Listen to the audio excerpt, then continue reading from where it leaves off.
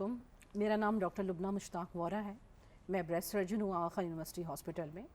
और जैसा कि आप जानते हैं कि हर साल अक्टूबर के महीने में हम ब्रेस्ट कैंसर आगाही के मुतालिक कोई ना कोई डिस्कशंस, फेसबुक सेशंस या कोई ना कोई बात ज़रूर कर रहे होते हैं। इस साल भी इसी तरह ही कुछ अरेंजमेंट है, लेकिन ये बहुत इंटरेस्टिंग इवेंट है इस दफ़ा, क्योंकि इस साल हम जब कैंसर डायग्नोज्ड होने लगे या कैंसर हो जाए तो उस जर्नी के मुतालिक बात करेंगे। और इसमें ऑब्वियसली बहुत सारी स्पेशलिटीज़ इन्वॉल्व होती हैं जब भी मरीज़ को कैंसर डायग्नोज्ड होता है, उसके इलाज में, उसकी केयर में।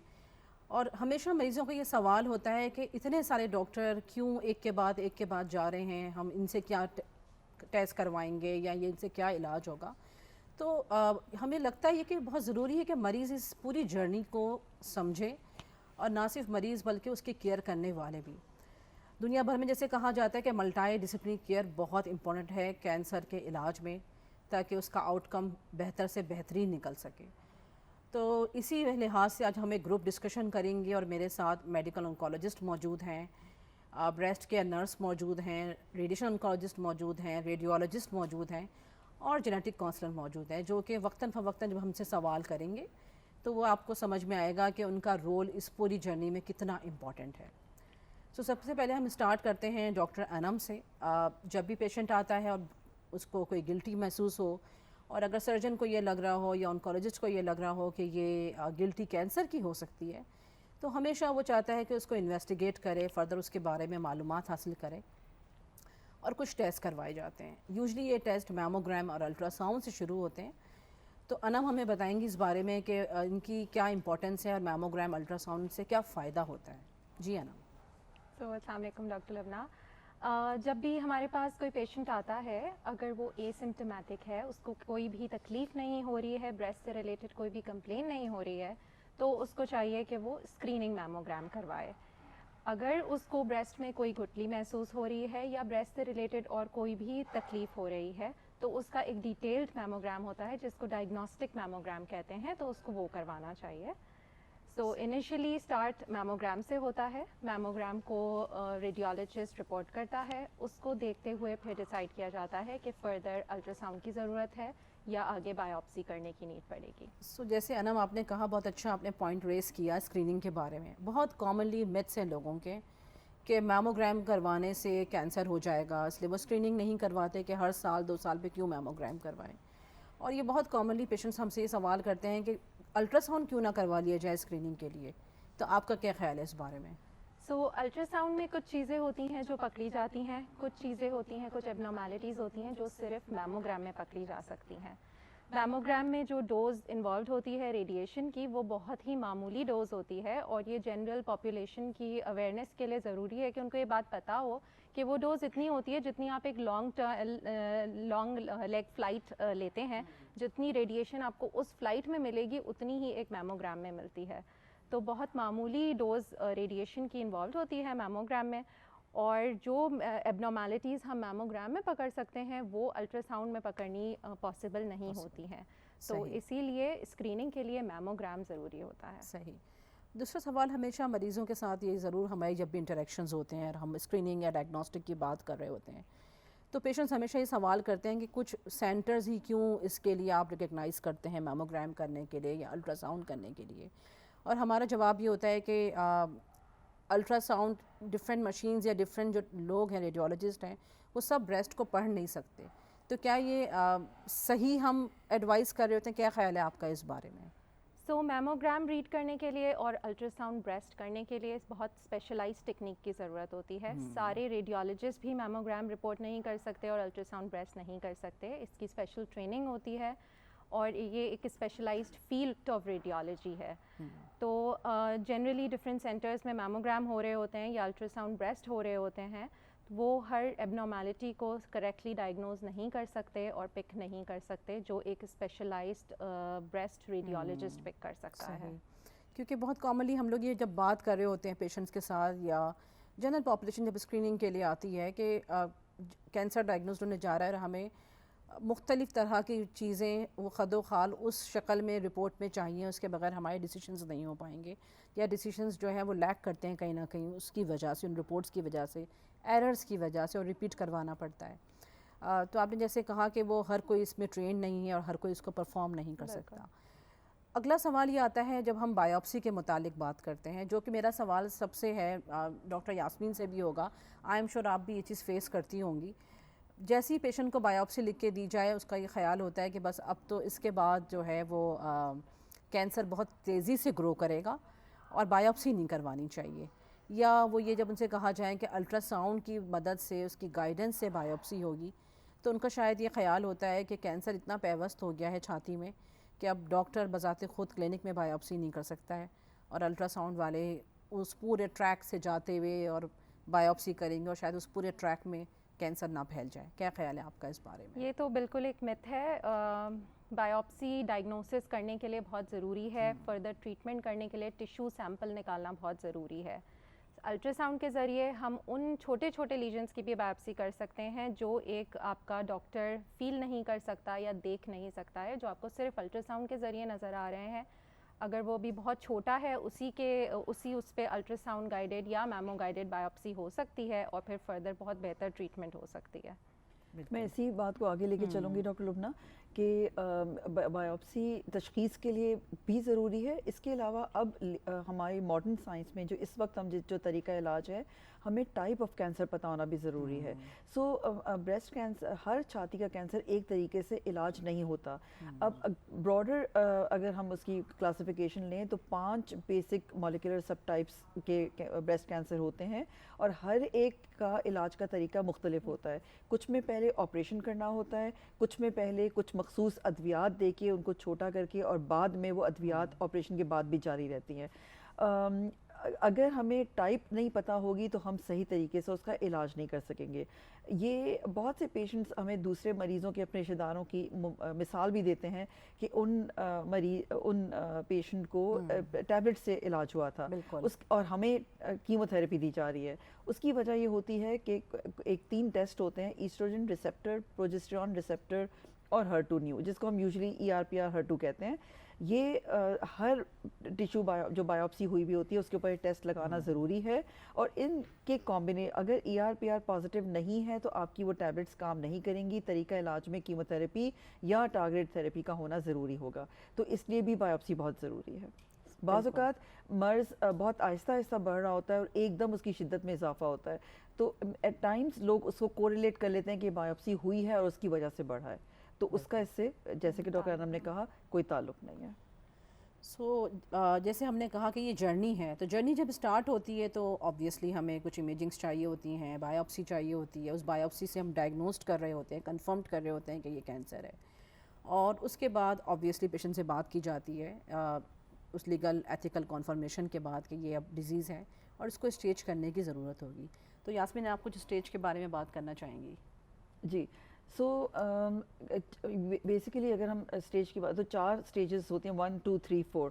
तो लोग हर स्टेज पे तरीका, स्टेज 1 to 3 का इलाज मुख्तलिफ होता है और स्टेज 4 का तरीका इलाज मुख्तलिफ होता है। सो आपका इलाज डिपेंड करता है, एक तो टाइप ऑफ ब्रेस्ट कैंसर क्या है जो आपने बायोप्सी से देखी, ERPR और HER2 रिसेप्टर क्या है, और आपकी स्टेज क्या है, आपकी एज क्या है, माहवारी ख़त्म हो गई है, माहवारी अभी जारी है आपकी। इसके अलावा पेशेंट की कुछ मेडिकल कंडीशंस होती हैं, शुगर, ब्लड प्रेशर, दिल के अगर अमराज हैं, तो ये सब जो आपकी मिला के सब अफेक्ट करते हैं आपके डिसीजन को या आपके फ़ैसले को, जो आप पेशेंट का इलाज डिसाइड करते हैं। सो इंडिविजुअलाइज ट्रीटमेंट होती है based on all these factors. Staging में अगर तो थोड़ा सा बड़ा ट्यूमर है या बगल में गुदूद या एक्सिलरी लिम्फ नोड्स भी आ गए हैं, तो आपको यूजुअली कंप्लीट स्टेजिंग, उसमें CT, आपका सीने का CT, जिसको CT chest, abdomen, pelvis, complete CT scan भी कराना होता है और उसके साथ बोन स्कैन भी कराना होता है, जिससे पता लगता है कि आपका कैंसर छाती तक और बगल तक महदूद है या जिस्म के किसी और हिस्से में भी फैल गया है। डॉक्टर लुबना, ये भी बताना लोगों को बहुत ज़रूरी है कि स्टेज 4 में ब्रेस्ट कैंसर की अब इतनी अच्छी अद्वियात आ गई हैं कि usually stage 4 is not considered as death penalty. लोग समझते हैं कि ये मौत का परवाना है अगर स्टेज 4 तशख़ीस हो गया। हमारे बहुत से पेशेंट्स अच्छी अद्वियात के साथ वो बहुत अच्छी क्वालिटी ऑफ लाइफ के साथ जी रहे हैं, 5 साल से 6 साल से ज़्यादा बहुत से पेशेंट्स को हो गए हैं जो कि स्टेज 4 होने के बावजूद ट्रीटमेंट के ऊपर उनकी क्वालिटी ऑफ लाइफ अच्छी चल रही है। स्टेज 4 के कैंसर्स में यूजुअली ऑपरेशन का रोल नहीं होता। स्टेज 1 to 3 में ऑपरेशन का रोल होता है। स्टेज 4 में हम सिर्फ तब ऑपरेशन के लिए भेजते हैं जब अगर ज़ख़म बहुत बढ़ जाए और ज़ख़म से पस आ रही हो, वो किसी तरीके से अद्वियात से ठीक ना हो रही हो, या पूरी बॉडी में हर जगह कैंसर बिल्कुल स्टेबल है, कहीं और बीमारी के असरात नहीं है और छाती का कैंसर बढ़ रहा है। इसके अलावा स्टेज 4 में सर्जरी का रोल नहीं होता, क्योंकि बहुत से पेशेंट्स उसमें भी इंसिस्ट कर रहे होते हैं कि हमारा उसमें ऑपरेशन कर दिया जाए, आप अद्वियात के ऊपर सारी ज़िंदगी क्यों रख रहे हैं हमें। सही। तो जैसे मैंने कहा कि जब हम स्टेज कर रहे होते हैं तो स्टेज से हमें पता चल जाता है टेस्ट करवाने से। वो मुख्तलिफ तरह के टेस्ट हो सकते हैं जो आपका ऑब्वियसली स्पेशलिस्ट आपको एडवाइस करेगा, may be CT scan, may be ultrasound, जिससे ये पता चल जाएगा कि ये मर्ज़ की स्टेज क्या है। हमारे यहाँ बहुत कॉमन चीज़ है, गूगल ने बहुत तबाही करी है, इसमें कोई शक नहीं है। मरीज़ बहुत ज़्यादा गूगल को पढ़ के आते हैं और वो ग्रेड और स्टेज में बड़ी कन्फ्यूजन करते हैं। क्या होता है कि अगर उनकी ग्रेड ट्यूमर की रिपोर्ट में ग्रेड 3 है और आप उनसे जिक्र कर रहे हैं कि आपको स्टेज 1 या स्टेज 2 का ब्रेस्ट कैंसर है, तो बहुत कंफ्यूज्ड हो जाते हैं कि डॉक्टर साहब रिपोर्ट में तो ग्रेड लिखा हुआ है 3 और आप कह रही हैं स्टेज 1 या 2 है। तो ये भी मरीज़ों के लिए समझने की चीज़ है कि वो ट्यूमर की रिपोर्ट है जिसमें ग्रेडिंग का जिक्र है और स्टेजिंग एक बिल्कुल क्लिनिकल स्टेजिंग एक बिल्कुल डिफरेंट सिनेरियो आ जाता है। तो अब मेरा सवाल, स्टेजिंग के बाद ज़ाहिर जब स्टेजिंग हो रही होती है तो हम ट्रीटमेंट प्लान कर रहे होते हैं, सर्जन ट्रीटमेंट प्लान कर रहा होता है कि पहले इलाज में क्या देना है, ऑपरेशन किस वक्त होगा, रेडिएशन किस वक्त होगी, कीमो कब देनी है और अगर रिकन्स्ट्रक्शन करनी है तो उसका मरहला क्या है। लेकिन उसी दौरान हम जेनेटिक टेस्टिंग की बात कर रहे होते हैं। पहले पाकिस्तान में हमारे पास ये नहीं कहा जाए 2015-2016 तक ऐसी कोई सर्विसेज बहुत ही वाइडली अवेलेबल नहीं थी, जेनेटिक काउंसलर अवेलेबल नहीं थे, तो ये डिस्कशन बहुत ज़्यादा नहीं हुआ करता था। लेकिन जब से हमारे हॉस्पिटल में जेनेटिक काउंसलर फैसिलिटी अवेलेबल हुई है, ये कॉमन अब हमारी अंडरस्टैंडिंग है कि हम पेशेंट से अगर वो क्वालिफाई करता है जेनेटिक टेस्टिंग के लिए तो ज़रूर उससे ये डिस्कशन की जाती है कि आप जेनेटिक काउंसलर से मिलें ताकि वो आपको इसके बारे में कुछ समझाए कि क्यों करवाई जाती है, किन लोगों में करवाई जाती है और इसका फ़ायदा क्या होगा। सबसे अच्छी बात है कि हमारे पास जेनेटिक काउंसलर फ़िज़ा अकबर मौजूद हैं। तो फ़िज़ा आप प्लीज़ इसको कुछ हाईलाइट करें इस बारे में। शुक्रिया डॉक्टर लुबना, ये बहुत अहम सवाल है और जैसे कि आपने कहा कि तमाम पेशेंट्स को जेनेटिक टेस्टिंग की ज़रूरत नहीं होती। एक अदाद शुमार के मुताबिक तकरीबन 10 से 20% ऐसे मजमूई तौर पे कैंसर्स होते हैं जो कि हेरिडेटरी या मौरूसी ब्रेस्ट कैंसर्स होते हैं। तो हमारी तरफ पेशेंट तब भी आता है जब तक उनके ऑन्कोलॉजिस्ट या सर्जन्स को ये ना लगे कि इनका शुमार ऐसे अफराद में हो सकता है कि इनका कैंसर मौरूसी है। तो अक्सर जब पेशेंट्स हम तक पहुंचते हैं तो वो काफ़ी कंफ्यूज होते हैं कि जी जेनेटिक्स वालों की तरफ क्यों भेज दिया, ये कैंसर मौरूसी कैसे हो सकता है। तो उनको हम यही बताते हैं कि तमाम पेशेंट्स को हम तक रेफ़र नहीं किया जाता। एक सर्टन इंटरनेशनल प्रोटोकॉल है जिसकी बेसिस पे हम इस चीज़ को का अंदाज़ा लगाते हैं कि किन पेशेंट्स को जेनेटिक टेस्टिंग की ज़रूरत है। तो हम ओवर टेस्ट बिल्कुल नहीं करते, सिर्फ उन लोगों को टेस्ट करते हैं जिनको उन टेस्ट की ज़रूरत है, जिसमें कुछ पॉइंट्स ये होते हैं कि आपको किस उम्र पे ब्रेस्ट कैंसर डायग्नोज हो रहा है। अगर आपकी उम्र 50 साल से कम है, बेशक फैमिली हिस्ट्री में कभी किसी को कैंसर नहीं हुआ, तो हमारा एक शुबा ज़्यादा होता है कि आपका कैंसर मौरूसी हो सकता है। या अगर आपको किसी भी उम्र में ब्रेस्ट कैंसर डायग्नोज हुआ है और आपकी फैमिली में मौजूद हैं और कैंसर्स, तब हमें एक शुबा होता है कि शायद ये फैमिली में रन करने वाला कैंसर है। या जैसे डॉक्टर यास्मीन ने बोला कि कुछ ट्यूमर सब टाइप्स होती हैं जो ER-PR और HER2 रिसेप्टर स्टेटस होता है, उसमें एकदम कुछ मखसूस ट्रिपल नेगेटिव ब्रेस्ट कैंसर्स होते हैं जिनमें हमें ये शुबा ज़्यादा होता है कि इनका कैंसर हेरिडेटरी हो सकता है। और हेरिडेटरी कैंसर्स के लिए भी अक्सर पेशेंट्स जब हम तक पहुंचते हैं तो उनको लगता है कि अगर उनमें मौरूसी कैंसर डायग्नोज हो जाएगा तो वो कोई बैड न्यूज़ है या उनका कैंसर ट्रीटेबल नहीं है या उनका कैंसर ज़्यादा मुश्किल है ट्रीट करने में। तो हम यही कहते हैं कि अगर अच्छी स्टेज पे किसी भी तरह का मौरूसी या गैर मौरूसी कैंसर डायग्नोज हो तो हमें वो कम्प्लीटली ट्रीटेबल होता है। जेनेटिक डायग्नोसिस से हमें आगे के मराहिल तय करने में एक बेहतर आगाही मिलती है कि सर्जरी किस नौइयत की होगी, सर्जरी के बाद ही कीमो में क्या कुछ और अद्वियात का इजाफ़ा किया जा सकता है, आगे जाके क्या कोई इजाफी किसी और अज़ा में इन कैंसर्स की शिकायत का ख़दशा है तो उनकी स्क्रीनिंग हो सकती है। तो ये तमाम चीज़ें होती हैं जो जेनेटिक टेस्टिंग से हमें लॉन्ग टर्म और शॉर्ट टर्म दोनों तरह से हमें मदद मिल सकती है एक पेशेंट की मैनेजमेंट की through multi disciplinary team care जो जैसे हमने डिस्कस किया। बिल्कुल। सो नबीला, मेरा आपसे ये सवाल है रिगार्डिंग जब हम बात करते हैं कैंसर डायग्नोसिस की, तो कॉमनली पेशेंट्स के बहुत सारे फियर और कंसर्न हैं जैसे कैंसर डायग्नोस्ड होता है। जैसे ही हम ट्रीटमेंट के बारे में बात करना शुरू करते हैं उनके एक्सप्रेशन से हमें पता चलना शुरू हो जाता है कि कुछ समझ रहे हैं, कुछ नहीं समझ रहे, फियर्स बढ़ते जा रहे हैं, एंजाइटी बढ़ती जा रही है। तो क्या ख्याल है आपसे वो किस किस्म की बातें शेयर करते हैं? जी डॉक्टर लुबना, हमारे साथ काफ़ी सारे पेशेंट अपने फेयर्स शेयर करते हैं कि हमारे बाल चले जाएंगे कीमो के बाद, हमारी ब्रेस्ट रिमूव हो जाएगी। तो हम उनको एक्सप्लेन करते हैं कि बालों के लिए आजकल कूलिंग कैप भी आई हुई हैं, तो और ब्रेस्ट के लिए ज़रूरी नहीं है कि आपके ब्रेस्ट रिमूव किया जाए। काफ़ी मुख्तलिफ सर्जरीज़ आ गई है जिसमें आपका ब्रेस्ट सेफ हो सकता है, और इम्प्लांट सर्जरीज़ भी हैं हमारे पास अवेलेबल, तो उसके लिए हम उनको गाइड करते हैं। और फिर ये भी है कि हम एक्सटर्नल प्रोसेसेस भी अवेलेबल हैं जो कि अगर आप ब्रेस्ट रिमूव हो भी गया है तो वो पेशेंट्स बिल्कुल। और मैं इसमें कहूँगी कि नबीला और हमारी पूरी टीम इसमें बहुत इंपॉर्टेंट रोल अदा करती है, क्योंकि ऑब्वियसली स्पेशलिस्ट तो उस वक्त या कंसल्टेंट उस वक्त वो साइजेस नहीं ले रहा होता या नहीं देख रहा होता, लेकिन हमारी पूरी जो टीम मेंबर्स हैं वो बहुत मैं इनसे इन्हें कॉन्ग्रेचुलेट करूँगी कि ये बैठा के उनकी ब्रेजर्स के साइज़ लेना, उनको बेस्ट प्रोसेसेस देना जो कि फिटेड हो उनके लिए, ये सारी जॉब्स हमारी नर्सेज इंक्लूडिंग नबीला कर रही होती हैं। तो नबीला कुछ बताना चाहेंगी इस बारे में जब पेशेंट आप डिस्कस करते हैं एक्सटर्नल प्रोसेसेस के बारे में? जी, हम पेशेंट को काफ़ी हद तक गाइड करते हैं और उनको ऐसी चीज़ें भी बताते हैं कि वो खुद से भी बना सके जो नहीं बाय कर सकते हैं, और उनको हम पूरी जैसे सिलिकॉन है उनके हवाले से भी गाइड करते हैं कि वो बाहर जा सकती हैं। ऐसा नहीं कि उनको बुरा लगेगा पार्टीज़ में जाना या शादी में जाना। तो आजकल बहुत सारी ऐसी चीज़ें हैं जो हम अपनी ब्रा के अंदर रख के पहन सकते हैं। सही। तो जैसे हमने कहा कि ये तो ये जर्नी अब सर्जरी तक चल पड़ी है, कीमो के बारे में हमने कुछ मालूमात करी। कीमो के फेयर्स बहुत हैं, पेशेंट्स की जब बात की जाती है तो कीमोस के फेयर्स हैं कि कीमो से बाल झड़ जाएंगे या कीमो होने के बाद या कीमो लास्ट स्टेज में दी जाती है। डॉक्टर यास्मीन, क्या ख्याल है आपका इस बारे में? क्या पेशेंट आपसे ऐसी बातें डिस्कस करते हैं?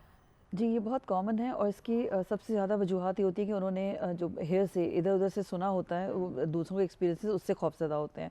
सो हम उनको इसके काउंसल करते हैं और बताते हैं बाल झड़ना, हम कहते हैं कि this is the last thing for which you should get worried, क्योंकि हम हमारे सारे पेशेंट्स में वक्ती तौर पे बाल जाते हैं और वो मुकम्मल बाल पहले से ज़्यादा अच्छे वापस आ जाते हैं कुछ हफ्तों के अंदर, इलाज मुकम्मल होने के कुछ हफ्तों के अंदर।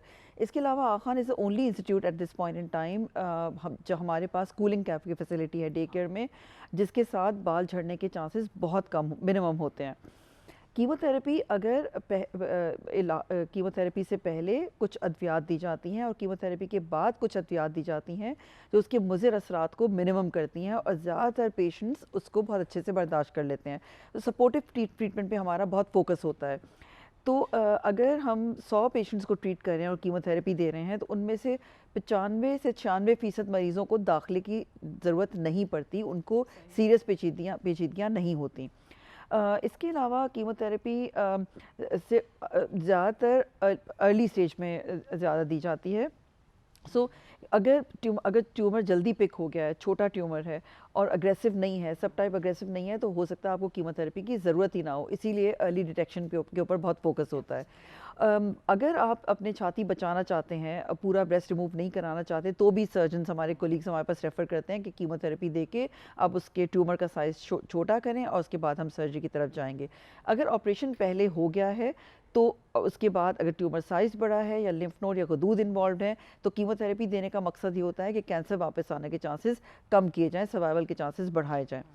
2 ट्यूमर सब टाइप्स हैं जिनमें ER-PR और HER2 तीनों नेगेटिव होता है, ट्रिपल नेगेटिव जो फिज़ा साहिबा ने भी उसका जिक्र किया था, और एक HER2 पॉजिटिव। ये 2 सब टाइप्स अग्रेसिव होती हैं।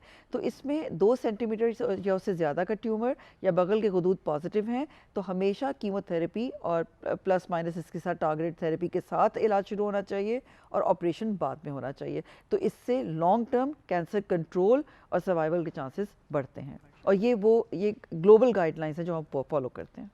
सो ये तो कुछ हमने डिस्कशन किया कीमो के बारे में। अब ऑब्वियसली मैं समझती हूँ कि काफ़ी सारे मरीज़ क्वालिफाई करते हैं रेडियोथेरेपी के लिए भी, और जब ट्रीटमेंट प्लानिंग हो रही होती है तो हम रेडिएशन की बात भी उनको समझाते हैं कि आप रेडिएशन भी होगी। तो सबसे पहला सवाल मरीज़ों का ये होता है डॉक्टर नासिर के रेडिएशन से वज़न तो नहीं गिर जाएगा, हमारी स्किन तो नहीं जल जाएगी, क्या हम ज़िंदगी भर के लिए चूल्हे के सामने नहीं जा सकते? क्योंकि ऑब्वियसली उन्होंने यही सारी बातें अपनी सराउंडिंग से सुनी हुई हैं।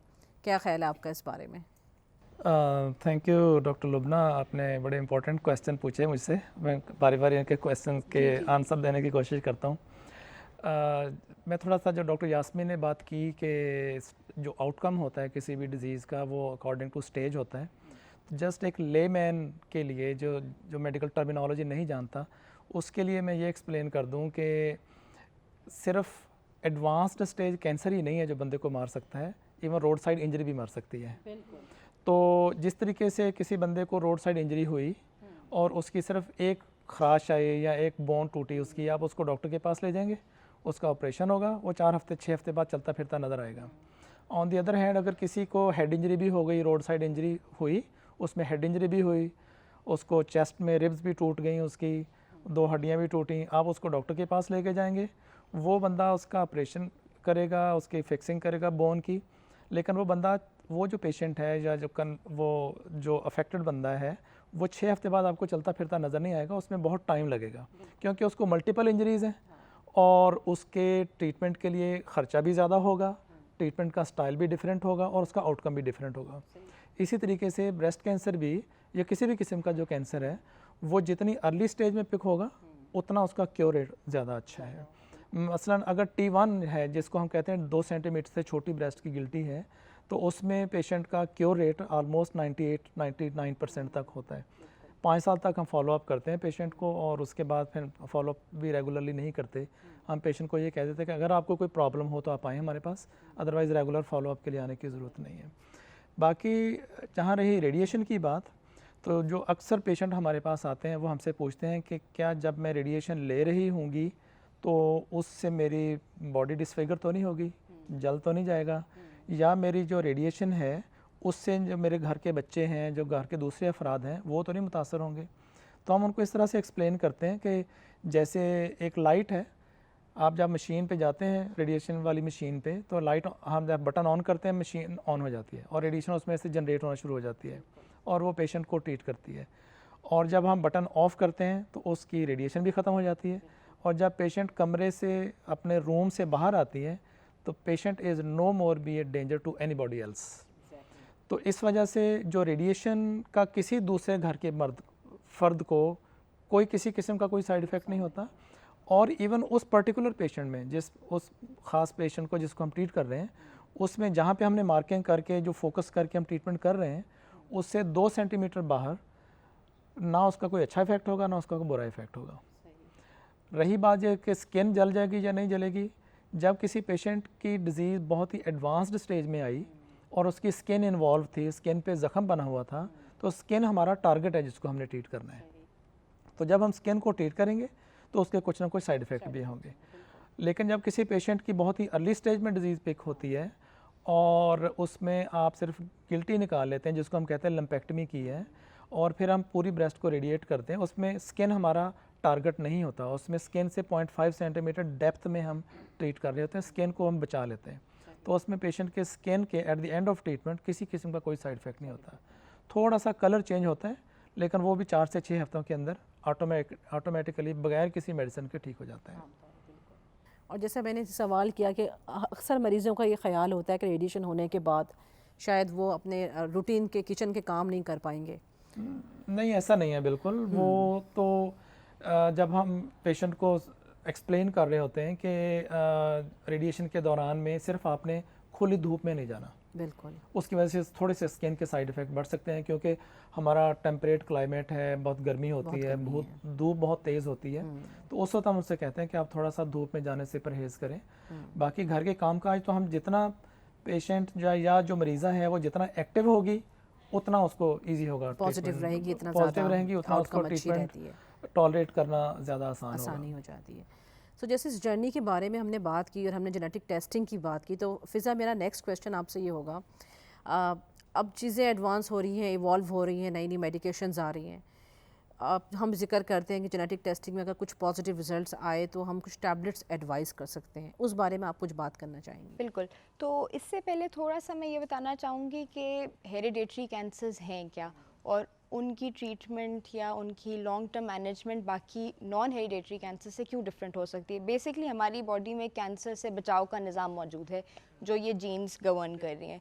जीन्स कुछ ऐसी प्रोटीन्स बनाती हैं जिनका काम ही है कि हमें कैंसर से बचा सकें। अब उन जीन्स में कभी बहुत ही छोटे अल्फ़ाबेटिकल डीएनए लेवल पे एक तब्दीली आ जाती है, जिसकी वजह से वो जीन्स अपना काम ठीक नहीं कर पाती, और जो प्रोटीन जो कैंसर को बचाने का काम कर रही थी वो ठीक तरह नहीं कर रही, जिसकी वजह से एक खातून में या एक फैमिली के मुख्तलिफ लोगों में उन जीन्स में तब्दीली या म्यूटेशंस के वजह से कुछ कैंसर्स बनाने का रिस्क बढ़ जाता है।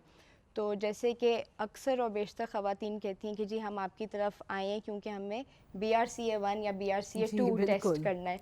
तो BRCA1 या BRCA2 दो सबसे ज़्यादा वेल अंडरस्टूड जीन्स हैं। हालांकि जब हम जेनेटिक्स की बात करते हैं तो हेरिडेटरी कैंसर सिर्फ इन दो जीन्स की वजह से नहीं होता।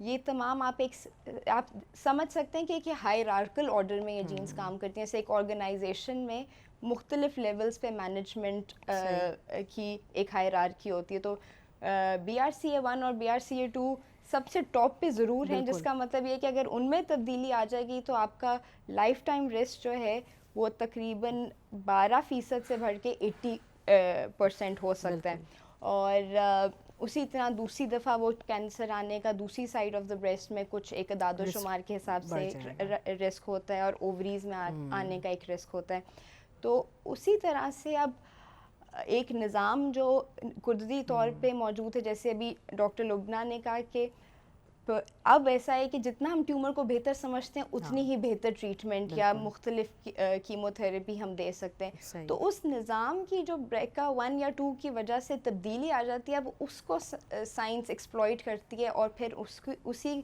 डिफेक्ट को बेहतर समझते हुए वही वाली हम मेडिकेशन देते हैं जो फर्दर उस ट्यूमर पे बेहतर तरह से असर करे। तो वही बात है कि जो मुख्तलिफ टेस्ट जो हैं उनका मकसद ये है कि हम मर्ज़ को बेहतर समझ सकें ताकि हम बेहतर ट्रीट कर सकें। आम ज़बान में हम इस तरह कह सकते हैं कि ना सिर्फ ये टेस्ट ये मालूम कर देता है कि एक जेनेटिक म्यूटेशन मौजूद है या नहीं, बिल्कुल, बल्कि अगर उसकी वजह से अगर ट्रीटमेंट में कुछ हम तब्दीलियाँ ला सकते हैं और सर्वाइवल आउटकम को बेहतर कर सकते हैं फ्यूचर में, तो वो भी इस्तेमाल किया जा सकता है। बिल्कुल, क्योंकि अगर हम देखें और लॉजिकली भी देखें, सिर्फ for the sake of information कि जी मेरा कैंसर हेरिडेटरी है वर्सेस नॉन हेरिडेटरी, वो वाली इंफॉर्मेशन जो किसी क्लिनिकल एक्शनेबिलिटी में ट्रांसलेट नहीं करती, उस इंफॉर्मेशन का कोई फ़ायदा नहीं, to be very honest, right. तो जेनेटिक इंफॉर्मेशन का मकसद ही है कि हम उसके हिसाब से मैनेजमेंट को टेलर कर सकें, इलाज को बेहतर कर सकें। बिल्कुल। अब इसी एसोसिएशन में अगर हम बात करें, जैसे फ़िज़ा ने कहा खातून का, तो ये बहुत इंपॉर्टेंट है समझना अब कि मेल्स में भी ब्रेस्ट कैंसर होता है, और मोस्ट ऑफ द टाइम हम ये ऑब्ज़र्व करते हैं कि जब मेल्स हमारे पास प्रेजेंट होते हैं तो आम तौर पे उनको एडवांस डिजीज़ होती है, और उसकी वजह ही ये है कि वो दिखाते ज़रूर हैं, अब मैमोग्राम होना उनके लिए ज़रा मुश्किल होता है डिफरेंट सेंटर्स में, लेकिन अगर वो किसी मॉलिज के पास गए भी हैं, अगर वो स्पेशलिस्ट नहीं हैं या उनकी उस इलाके में अंडरस्टैंडिंग नहीं है कैंसर से मुतालिक, तो वो इग्नोर हो जाती हैं कि दाना है, कुछ नहीं है, या ये लोगों का आम ख्याल है कि मर्दों में कैंसर नहीं हो सकता। हाँ, ये बिल्कुल सही है कि शरह बहुत कम है औरतों के मुकाबले में, लेकिन हो ज़रूर सकता है, और इसीलिए जब मेल्स को कैंसर होता है तो हम फ़ौरन उनको कहते हैं कि आप प्लीज़ जेनेटिक काउंसलर से ज़रूर मिलिए, ताकि अगर आप में कोई म्यूटेशन हार्बरिंग हो रही है तो फैमिली को भी हम स्क्रीन करें। बिल्कुल। और इसी पॉइंट पे डॉक्टर लुबना एक और चीज़ मैं ऐड करना चाहूँगी कि अक्सर एक मिसकंसेप्शन ये भी है कि हमें कैसे कैंसर हेरिडेटरी कैंसर हो सकता है जब हमारी फैमिली में किसी को भी नहीं है। अक्सर लोग कहते हैं कि जी हमारी पॉजिटिव फैमिली हिस्ट्री तब है जब मेरी वालदा को या मेरी नानी को ब्रेस्ट कैंसर होगा। हालांकि जेनेटिकली अब एक तरह से रिवायती तौर पे हमारी कल्चरल एफिलिएशन अपने वालिद साहब की फैमिली के साथ ज़्यादा होती है, लेकिन बायोलॉजिकली या genetically we are 50% of our mother's DNA and 50% of our father's. तो उसमें ये होता है कि अक्सर और बेशतर अगर वो जीन वालिद से आपकी तरफ मुंतकिल हो रही है तो फैमिली हिस्ट्री नेगेटिव भी हो सकती है, या कुछ मेल कैंसर्स आपकी फैमिली में हो सकते हैं जैसे कि प्रोस्टेट कैंसर। तो इसीलिए हम इन कैंसर्स को हेरिडेटरी कैंसर सिंड्रोम्स कहते हैं, और उसका मतलब ये होता है कि एक से ज़्यादा कैंसर्स का ताल्लुक़ होता है इन जीन्स के साथ, क्योंकि वो जो हमने कैंसर प्रोटेक्शन मशीनरी की बात की उसका निज़ाम ही ऐसे चल रहा है कि वो एक जीन मुख्तलिफ ऑर्गन्स के कैंसर से बचा रही है, और जब वो जीन काम नहीं कर रही तो वो मुख्तलिफ ऑर्गन्स का कैंसर रिस्क दे सकती है। इसीलिए जब हमारी तरफ रेफ़र किया जाता है तो जेनेटिक टेस्टिंग से पहले प्री टेस्ट काउंसलिंग का मकसद ही ये होता है कि हम एक बहुत ही कॉम्प्रिहेंसिव डिटेल्ड फैमिली हिस्ट्री ले सकते हैं, जिसको हम अक्सर कहते हैं कि हम आपकी सामने आपका शजरा नसब बना रहे हैं, क्योंकि वो दोनों साइड ऑफ द फैमिली में बहुत डिटेल्ड हिस्ट्री लेनी पड़ती है मुख्तलिफ कैंसर्स के मुतालिक, ताकि सबसे ऑप्टिमल टेस्ट ऑर्डर किया जा सके, और जब रिजल्ट्स वापस आएँ तो बेहतर तरह से रिजल्ट्स की इंटरप्रिटेशन की जाए, क्योंकि हर दो लोगों का रिजल्ट जो है जेनेटिक टेस्ट में वो मुख्तलिफ होता है और उनकी इंटरप्रिटेशन मुख्तलिफ होती है। डॉक्टर नासिर, आपसे मेरा सवाल है रेडिएशन के मुतालिक ही। रेडिएशन ऑब्वियसली हर स्टेज के मुताबिक, या पेशेंट का ब्रेस्ट निकल गया है या ब्रेस्ट बचा लिया गया है या गदूद की सफाई की गई है या नहीं की गई, ज़रूरत नहीं पड़ी नेगेटिव इस वजह से, उस हिसाब से टेलर की जाती है। तो इस बारे में आप कुछ लोगों को, आम लोगों को समझाना चाहेंगे, क्योंकि ये बहुत कॉमन है कि मरीज़ आपस में डिस्कशंस करते हैं और वो कहते हैं कि डॉक्टर साहब उसको तो 5 दिन की शुआएं लग गई, मुझे पूरे 40 दिन की दे दी आपने, तो ये क्यों है? लगता है मेरा मर्ज़ बहुत शिद्दत वाला था या मेरा सर्वाइवल अच्छा नहीं है इसलिए आपने बहुत शुआएं लगवाई हैं। तो क्या ख्याल है इस बारे में? ये जो अकॉर्डिंग टू स्टेज हमने पेशेंट को ट्रीट करना होता है, और जैसे आपने थोड़ा सा, मैं जब जेनेटिक्स के बारे में क्वेश्चन कर रही थी तो मेल ब्रेस्ट कैंसर के बारे में भी थोड़ा सा बात करना चाहूँगा कि मेल ब्रेस्ट कैंसर का जो इंसिडेंस है ना वो 1% है। अगर हमारे पास 100 ख़वातीन आती हैं तो एक मेल भी आता है, लाजमी आता है। हमारी प्रैक्टिस की ये ऐसा ही है। तो जो रेडिएशन है वो डिपेंड करता है कि हमने कौन सा एरिया ट्रीट करना है उसका। मसलन अगर फ़र्ज़ करें किसी पेशेंट की एक्जिला में लिम्फ नोड्स, बगल में घुटलियों में डिजीज़ नहीं गई हुई तो हम उसको क्यों ट्रीट करेंगे? आपने सर्जिकली उसको ट्रीट कर दिया। और रेडिएशन की 3 एब्सोल्यूट इंडिकेशंस हैं जिसके बगैर हमारा ब्रेस्ट कैंसर का ट्रीटमेंट कंप्लीट नहीं होता। वो ये होता है कि अगर प्राइमरी ब्रेस्ट की डिजीज़ 5 सेंटीमीटर या उससे बड़ी हो, या एक्जिला में लिम्फ नोड पॉजिटिव आ जाए, यानी एक्जिला में लिम्फ नोड में डिजीज़ गई हुई हो, या किसी पेशेंट की हमने ब्रेस्ट कंजर्विंग सर्जरी की है। तो ये 3 एब्सोल्यूट इंडिकेशंस हैं जिसके बगैर ब्रेस्ट कैंसर का ट्रीटमेंट बगैर रेडिएशन दिए हुए मुकम्मल नहीं होता। और अब किसी पेशेंट की अगर ब्रेस्ट को ओनली ट्रीट करना है, हमने एक्जिला नेगेटिव है तो हम सिर्फ ब्रेस्ट को ट्रीट करेंगे। अच्छा, अब 5 वर्सेस 25 वर्सेस 20 दिन की रेडिएशन की आपने बात की, तो वो कुछ ट्रायल्स हैं जो आस्ता आस्ता इवॉल्व हुए हैं। जब हम 99 में अपनी रेजिडेंसी में ट्रेनिंग में थे तो उस वक्त हम 25 दिन की रेडिएशन दिया करते थे। फिर एक सेट ऑफ ट्रायल्स आया जिसमें उन्होंने कंपैरिजन किया 25 दिन की रेडिएशन को 15 दिन की रेडिएशन के साथ। तो उन्होंने कहा कि 15 दिन की radiation is not inferior to 25 days of radiation and it is more favourable in terms of side effects. कम साइड इफ़ेक्ट होते हैं उसमें। और फिर अभी रिसेंटली एक 2011 से 2015 तक ट्रायल हुआ जिसके रिज़ल्ट 2020 में पब्लिश हुए, जिसमें उन्होंने कहा कंपैरिजन किया 15 दिन की रेडिएशन वर्सेस 5 डेज़ की रेडिएशन। तो उन्होंने कहा कि 5 डेज़ की radiation is not inferior to 15 days of radiation. अब कौन सा पेशेंट है जिसको हमने 15 दिन की रेडिएशन देनी है, कौन सा जिसको हमने 5 डेज़ की रेडिएशन देनी है? तो हमारा जो कट ऑफ लिमिट है वो 40 ईयर 45 ईयर तक होता है। 40 ईयर से यंगर पेशेंट हो तो हम कहते हैं कि हम उसको लेंथी ट्रीटमेंट दें, क्योंकि जो 5 दिन की रेडिएशन का अभी रिज़ल्ट आए वो सिर्फ 5 साल के फॉलोअप के हैं। क्योंकि वो जो पेशेंट हैं जिसकी एज कम है उसने एक लंबी ज़िंदगी अभी जीनी है, तो हमें 10 साल के बाद फॉलोअप का नहीं पता कि उसके कैसे रिज़ल्ट होंगे, कॉस्मेसिस का, लॉन्ग टर्म साइड इफ़ेक्ट का। तो जो लेस दैन 40 ईयर्स की ख़वातीन होती हैं उनको हम 15 डेज़ ऑफ रेडिएशन ऑफ़र करते हैं, और जो 60 ईयर की हैं, 55 ईयर, 60, 70 ईयर्स की, उनको हम कंफर्टेबली 5 डेज़ की रेडिएशन भी देते हैं, और वो सेफ़ होते देना। सो अगर हम समराइज़ करें इस पूरी डिस्कशन को, तो हमेशा जब भी एक कैंसर पेशेंट डायग्नोस्ड होता है और आके आपसे डिस्कस कर रहा होता है, तो हमारा हमेशा काउंसलिंग स्टार्ट इस तरह होती है कि ये डिफरेंट पिलर्स हैं ट्रीटमेंट के या हथियार हैं जो इस्तेमाल होंगे। अगर आपकी डिज़ीज़ स्टेज 1 से स्टेज 3 के दरमियान है, तो यकीनी तौर पे सर्जरी कॉर्नरस्टोन है इस पूरी ट्रीटमेंट का, जिसमें ज़रूरतन अगर ज़रूरत है स्टेज के मुताबिक या डिज़ीज़ के खदोखाल के मुताबिक, तो ब्रेस्ट रिमूव किया जाएगा, वरना ब्रेस्ट बचाया जा सकता है, ब्रेस्ट को सेव किया जा सकता है, और सिर्फ ट्यूमर के इलाके को साफ़ करने की ज़रूरत पड़ सकती है। कीमोथेरेपी अगर इंडिकेटेड है तो ज़रूर मिलेगी, रेडिएशन अगर इंडिकेटेड है तो ज़रूर मिलेगी। हार्मोनल थेरेपी अगर जैसे डॉक्टर यास्मीन ने कहा कि ER/PR पॉजिटिव है, तो आप क्वालिफाई करेंगे उस ट्रीटमेंट के लिए। और टारगेटेड एजेंट्स, जब HER2 न्यू पॉजिटिव हो तो टारगेटेड एजेंट्स की भी बात होती है। तो डॉक्टर यास्मीन, थोड़ा सा आप इसके बारे में अगर हमें समझाएं कि टारगेटेड एजेंट्स क्या हैं, क्योंकि जब भी इस डिस्कशन में हम पेशेंट से कर रहे होते हैं तो ज़रा सा उनके लिए मुश्किल होता है इसको समझना कि टारगेटेड थेरेपी क्या है। सो देखिए, हर फील्ड में ट्रीटमेंट के पॉइंट ऑफ व्यू से भी और बाकी पॉइंट ऑफ व्यू से, जेनेटिक्स के पॉइंट ऑफ व्यू से भी इवॉल्व हुई है ट्रीटमेंट। आहिस्ता आहिस्ता उसको पढ़ रहे हैं, ज़्यादा पेशेंट्स को देख रहे हैं, तो हमारी अंडरस्टैंडिंग बीमारी की बढ़ रही है और अद्वियात नई आ रही हैं उसके मुताबिक। अच्छा, उनमें से पहले किसी ज़माने में हर मरीज़ को एक ही तरह से ट्रीट किया जाता था, कीमोथेरेपी से, जिनको साइटोटॉक्सिक एजेंट्स कहते हैं, मतलब वो कैंसर सेल्स को किल करते हैं, और हर मरीज़ को फिर साइड इफ़ेक्ट्स भी होते थे। अब फिर देखा गया कि मुख्तलिफ टाइप्स ऑफ कैंसर्स मुख्तलिफ अद्वियात से अच्छा रिस्पॉन्ड करते हैं। फॉर एग्ज़ाम्पल HER2 एक जैसे ब्रेका एक उन्होंने बताया कि जीन है, प्रोटीन है, एक्सप्रेस करता है, इसी तरीके से HER2 भी एक एलिमेंट है जो कि कैंसर के सख्त होने का बायस बनता है, और वो एक पूरा मॉलिक्यूलर पाथवे है जो अगर HER2 ओवर एक्सप्रेस करेगा या पॉजिटिव होगा तो सिर्फ कीमोथेरेपी देना काफ़ी नहीं होगा, कि कीमोथेरेपी कैंसर सेल्स को किल करेगा, मगर वो पाथवे ब्लॉक नहीं हो रहा होगा। उस पाथवे ब्लॉक करने के लिए स्पेसिफिक HER2 टारगेटेड एजेंट्स या थेरेपीज़ देनी होंगी। तो आपने कीमोथेरेपी भी दी, साथ आपने HER2 टारगेटेड ट्रीटमेंट भी दी, तो आप ज़्यादा इफ़ेक्टिवली कैंसर को कंट्रोल कर सकेंगे। इसके तो उसमें ये होता है कि कुछ अरसे तक ऑपरेशन से पहले कीमोथेरेपी के कुछ साइकिल्स दिए जाते हैं, उसके साथ टारगेटेड ट्रीटमेंट दी जाती है।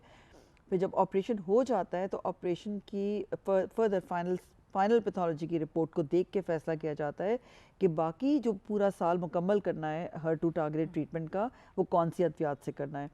तो ये कुछ उस तरह की कैंसर की अद्वियात में से कुछ अद्वियात ऐसी हैं जिनका बहुत ह्यूज इम्पैक्ट है आउटकम्स पे, या कैंसर क्योर होने पे, या कैंसर वापस आने के रेट्स कम करने में। उनमें से HER2 targeted agents are one of those agents जिनमें कि बहुत ज़्यादा फ़र्क पड़ा है पेशेंट्स के सर्वाइवल पे और आउटकम्स के ऊपर।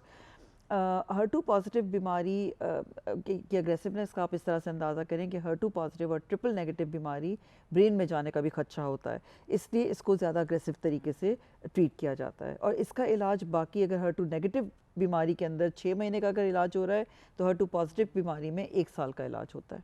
हाँ, मैं और थोड़ा सा ऐड कर दूं इसमें कि जो जैसे डॉक्टर यास्मीन ने अभी बताया ना कि टारगेटेड ट्रीटमेंट देना है, तो इसका ये मतलब है कि वो जाके बॉडी में कहीं भी अगर कहीं पे माइक्रोस्कोपिक लेवल पे सेल्स कहीं घूम फिर रहे हैं, तो वो जो टारगेटेड ट्रीटमेंट होगा वो जाके सिर्फ उन्हीं कैंसर सेल्स को टारगेट करता है, नॉर्मल सेल्स को अफेक्ट नहीं करता। उसके साइड इफ़ेक्ट प्रोफाइल मुख्तलिफ होती है, ऐसा नहीं होता कि इन टारगेटेड एजेंट्स के साइड इफ़ेक्ट्स नहीं होते, मगर उनके मुज़िर असरात कम होते हैं। कीमोथेरेपी से जैसे बाल झड़ते हैं और बहुत इम्यूनिटी लो हो जाती है, टारगेटेड ट्रीटमेंट से ये वाले साइड इफ़ेक्ट्स नहीं होते। उनके कुछ कार्डिक साइड इफ़ेक्ट्स होते हैं, या कुछ टारगेटेड एजेंट्स हैं जिनके स्किन पे साइड इफ़ेक्ट्स होते हैं। अच्छा, टारगेटेड एजेंट्स का रोल ज़्यादा, तो ये तो अर्ली स्टेज कैंसर में स्टेज 1 to 3 में।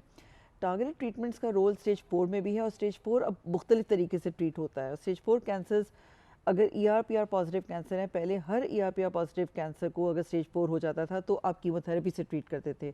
अब आप ओरल एजेंट्स, इनको सेल साइकिल इनहिबिटर कहते हैं, आपने नाम सुना होगा, कुछ हो सकता है आपके रिश्तेदारों को दवाएं मिल भी नहीं हो, राइबोसिक्लिब, अबीमासिक्लिब और पैल्बोसिक्लिब, बहुत से मरीज़ उनको हम ये दवाएं देते हैं तो वो स्टेज 4 होने के बावजूद उनको कीमोथेरेपी की नीड बाज़ औक़ात 3 से 5 साल तक नहीं पड़ती। तो टारगेटेड एजेंट्स का एक तो वो डायरेक्ट उस सेल के ऊपर, उस पाथवे के ऊपर एक्ट करेंगे और उसके साइड इफ़ेक्ट्स कम होंगे, क्वालिटी ऑफ लाइफ भी बेहतर होगी। और ये देखा गया है कि कन्वेंशनल कीमोथेरेपी के मुकाबले में सर्वाइवल भी बेहतर होता है।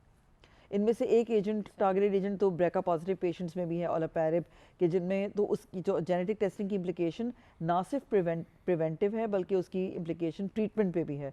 Early stage triple negative cancer अगर होता है, वो one of the most aggressive सब टाइप ऑफ ब्रेस्ट कैंसर, उसमें इलाज मुकम्मल होने के बाद अगर सर्जरी हुई है कीमोथेरेपी के बाद और उसके बावजूद स्टिल वायबल या रेजिडुअल ट्यूमर है तो आप ओलापैरिब की दवा कुछ अरसे तक देते हैं।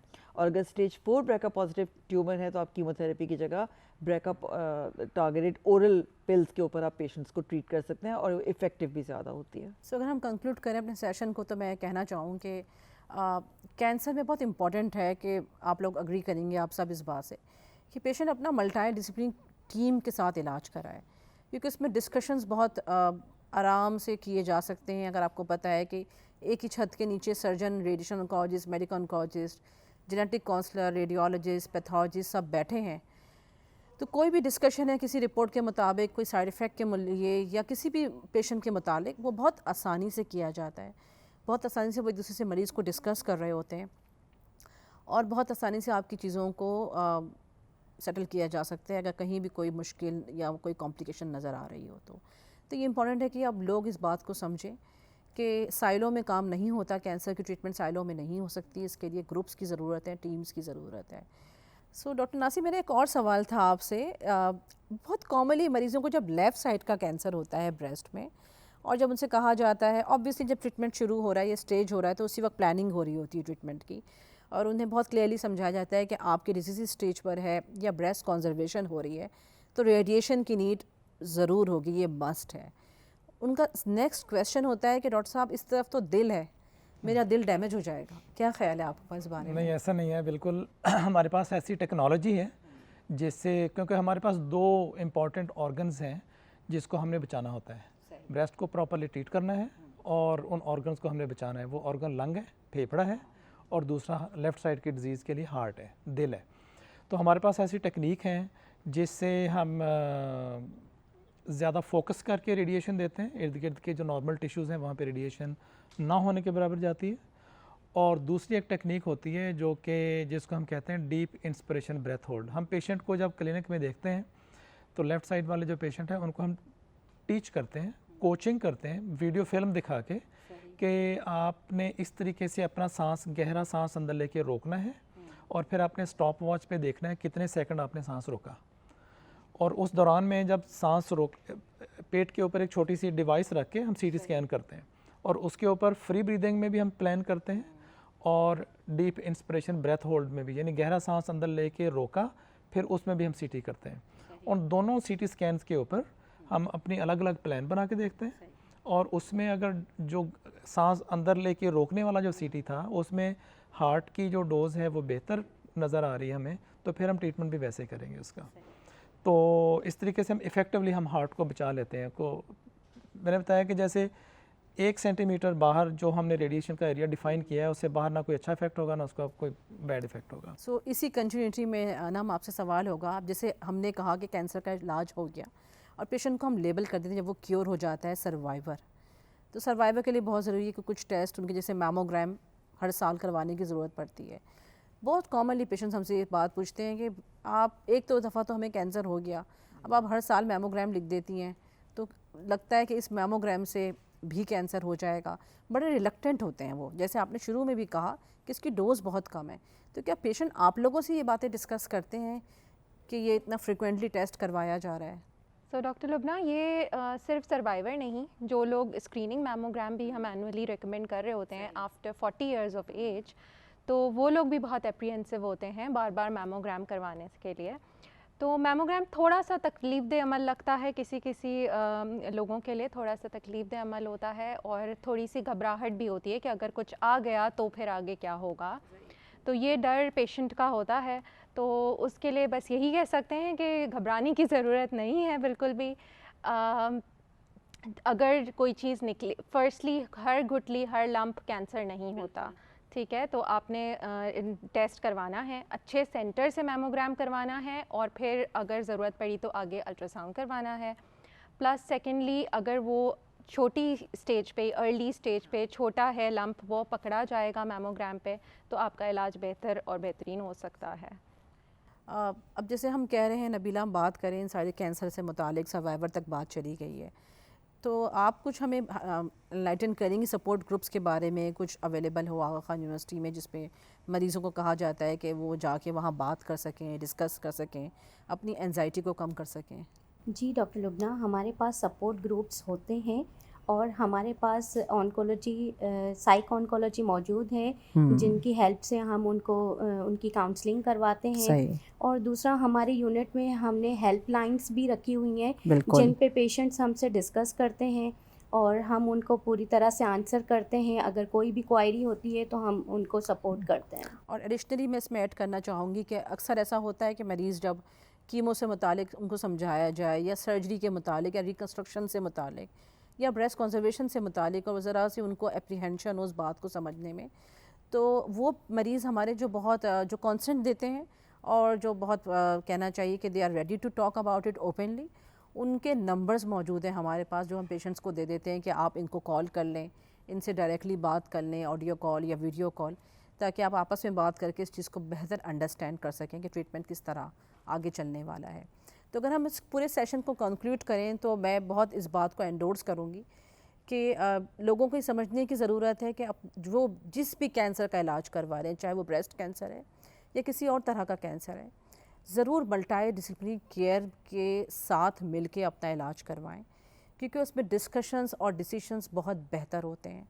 Radiologist, pathologist, surgeon, oncologist, nurses, ये सब आपस में बात करते हैं, जेनेटिक काउंसलर आपस में बात करते हैं, और जब आपस में बात होती है, ट्यूमर बोर्ड में मरीज़ डिस्कस हो रहे होते हैं, जैसे आगा खान में हमारे मरीज़ आम तौर पे कहना चाहिए कि मेजॉरिटी ऑफ पेशेंट्स, हम हमेशा उन पेशेंट्स को, हो सकता है सर्जरी से पहले, हो सकता है ट्रीटमेंट शुरू होने से पहले या सर्जरी के बाद या ट्रीटमेंट के बीच में कहीं ना कहीं ट्यूमर बोर्ड में ज़रूर डिस्कस करते हैं, ताकि मल्टी डिसिप्लिनरी लोग कंसेंसस प्लान लेके आगे चलें और उस पेशेंट को ऑफ़र किया जाए।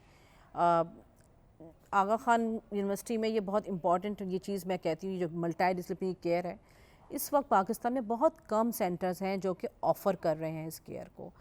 और हमेशा अगर आप दुनिया का डेटा देखें, जितने पेपर पब्लिश्ड हुए हैं या जितना कुछ भी डेटा पब्लिश्ड हुआ है, ये इस बात को एंडोर्स करता है कि जब भी मल्टी डिसिप्लिनरी टीम में ट्रीटमेंट होगा, आउटकम बहुत बेहतर होगी उस पेशेंट की, क्योंकि कोई चीज़ भी मुश्किल है मरीज़ के मुतालिक, कॉम्प्लिकेटेड है, मुख्तलिफ है, रेयर है, डिस्कशन होगी उस बारे में, बात होगी, तो हमेशा उसके लिए एक बेहतर डिसीजन सामने आएगा। हम सबको ये बात समझने की ज़रूरत है, मरीज़ों को ये बात समझने की ज़रूरत है कि वो मुआलिज से खुल के बात करें अपने कैंसर के मुतालिक, समझें इस चीज़ को, इसे कोई छूत की बीमारी ना समझें, इसे कोई आमतौर पर लोग समझते हैं किसी की बद्दुआ है, इसे बद्दुआ मत समझें। ये एक मर्ज़ है, जिस तरह डायबिटीज़ है, जिस तरह ब्लड प्रेशर लोगों का बढ़ जाता है, हाइपरटेंशन है, कैंसर भी इसी तरह का मर्ज़ है। और अगर इसका बाज़ाब्ता इलाज कर लिया जाए तो ये क्योर हो जाता है, जड़ से ख़त्म हो जाता है, और आप एक आम इंसान की तरह अपनी ज़िंदगी दोबारा से शुरू कर सकते हैं। और इसमें कोई, मेरा नहीं ख्याल कि कोई कॉम्प्लिकेशंस होती हैं आगे ज़िंदगी में जा। हाँ बिल्कुल, जैसे डॉक्टर नासिर, डॉक्टर यास्मीन ने कहा कि सर्वाइवर को कुछ अरसे तक दिखाना ज़रूर पड़ता है, सर्विलेंस पे आना पड़ता है, लेकिन चंद सालों बाद हम आपको कहते हैं कि आप आम लोगों की तरह हैं, आप क्योर हो चुके हैं और बवक्त ज़रूरत ही दिखाएं। So thank you so much all of you. I hope सबको बहुत मज़ा आया होगा इस डिस्कशन से, बहुत लोगों ने अंडरस्टैंड किया होगा। और ये इस दफ़ा ज़रा डिफरेंट डिस्कशन था। हर साल हम स्क्रीनिंग के मुतालिक बहुत बात करते थे, इस साल हमने कहा कि चलिए इस जर्नी के बारे में बात करें।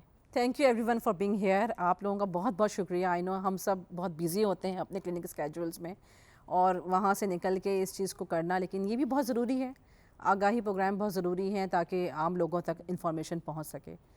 Thank you very much again. Thank you for having us. Thank you.